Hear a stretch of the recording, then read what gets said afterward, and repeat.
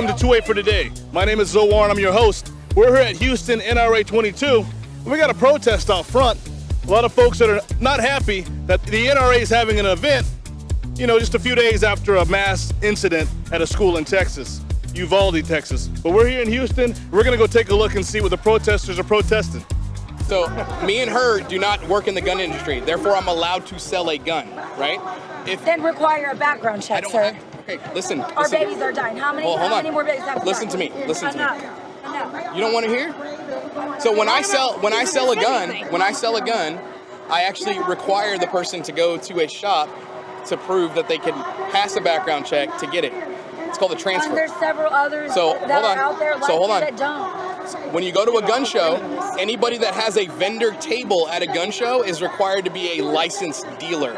So me and her can't go to a gun show, set up a booth, and then sell my private guns at a gun show. That's illegal. That's a federal law. Okay? What they're talking about. I just pulled up the law for you.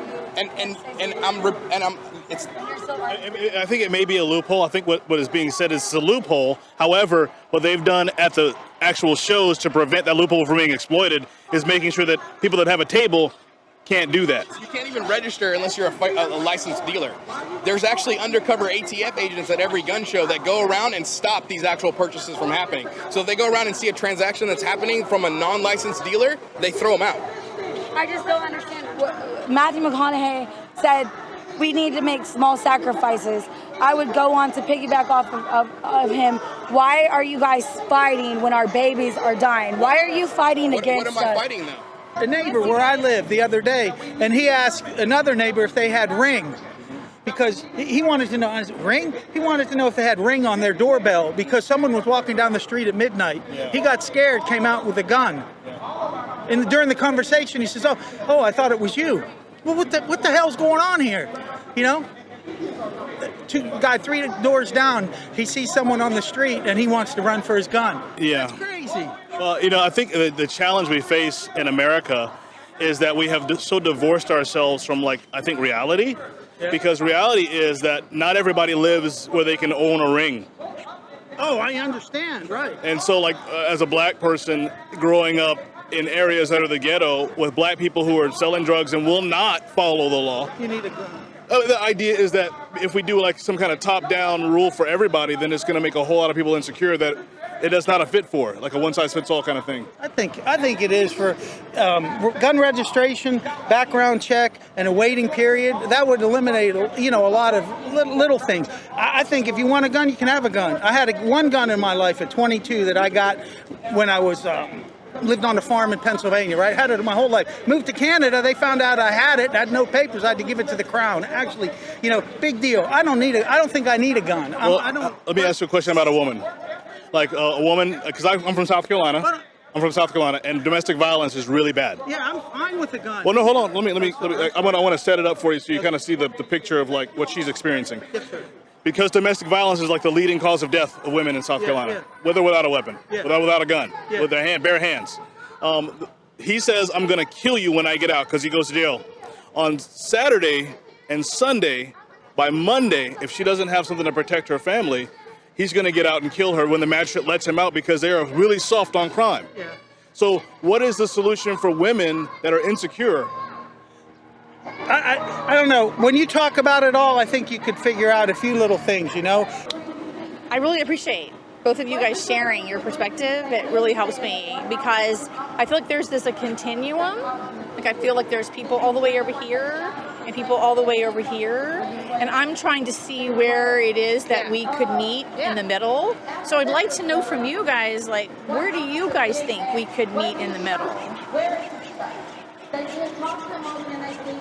I don't know. So, there is one thing. There is one thing that lawmakers, I don't know if they're ever going to do this, but there needs to be a database for the whole United States. They need to communicate and show, if you're a felon in Texas, it needs to show that you're a felon also in another state, so you can't buy a gun in that state. And that's what they don't have that in place. So I really that's one of the that's one that was in Congress. No, that's not what they're trying to pass. So right now, the biggest problem with the whole database. So a database, yeah. So the because I teach a lot of law enforcement classes, and their biggest frustration. I teach them. So a lot of their biggest frustration is they arrest somebody in one state, and then there's no law right now that says, let's say like what county is Houston, right? Let's say Harris County. So let's say Harris County makes an arrest. There's no law that says by 30 days, Harris County, you have to upload all your arrests to the federal database. There's no law that says that. So bigger counties that have more resources have the manpower to upload those things, but a smaller place does not. So there's no federal law that says, hey, by this date, you have to submit all records to a federal database. So you can mandate for background checks all you want, but if there's no record of these people in the database. What would you guys be willing to do to be a part of getting that database done, getting your representatives to vote for it? What would you guys be willing to do? So right now, the NRA has actually been the one that's on the The NRA, I mean, I'm talking elected officials. Like, okay, who are your so elected officials? Ted Cruz. So Ted Cruz. Well, have you contacted Yes, Ted Cruz? Ted Cruz has been advocating this for years. And John Cornyn? For years. Well, why can't they get it passed? Because the Democrats do not want to pass this law. Wait. Hold on. They kill it They kill it where? in the Senate and both. So for a pistol, you gotta be 21. For a shotgun, a rifle, and an AR, you can get at 18. But I really think in every state, including the state of Texas, there should be some kind of regulation when it comes to AR-15s. Okay, interesting. Yeah. So, I mean, I come from a long line of law enforcement and military, so they do have those kind of firearms used for safety reasons. And, you know, whoever we do get in office next, if it's Donald Trump again or any other Republican, I would want something else done.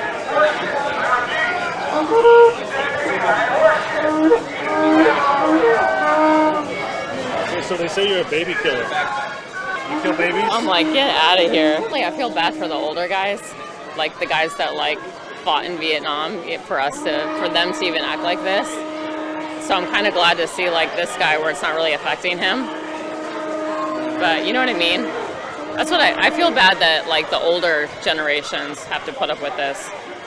They called you a baby killer. Yeah, I don't really care about what they say. Guns don't really kill people. People with guns kill people. That's true. That's true. Now, it's fair to say that, like, abortions don't kill babies, but the doctors kill them. Right? Yeah, true, but is it the doctor's decision? Okay. That's true. That's true. It would be like Charles Manson sending somebody to go kill somebody. Right. Yeah.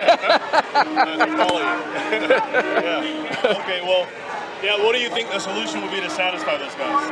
I don't think you can, you know, and it's not to me, I don't believe it's our job to try to change their mind, you know? It's just our job to do what we do and do it to the best of our ability. Let them do what they do. You know, let them believe what they want to believe, you know? It's the only way, that's the only way both sides are going to be happy. So in 244 years, if you calculate all the casualties of every single war, including Iraq, that the U.S. has been in, it's like 1.4 million deaths, a little bit more than that. So Roe versus Wade happens in 1973. Less than 50 years ago, I want to say it's like 47 years. I haven't had enough coffee. Maybe my math is a little bit off by 1 or 2 years, but in less than 50 years, more than 63 million abortions have happened in the United States alone. That's more than 98% of casualties for American lives taken. So, them over there, look at them, right? If that sign says protect kids, not guns, the other one says how is this pro-life, you're talking about 98% more death. Abortion is better at taking lives than war. What are we doing? What are you? They're all female that hold them, and I bet you they've all had abortions. So what are you arguing about? What are you even saying?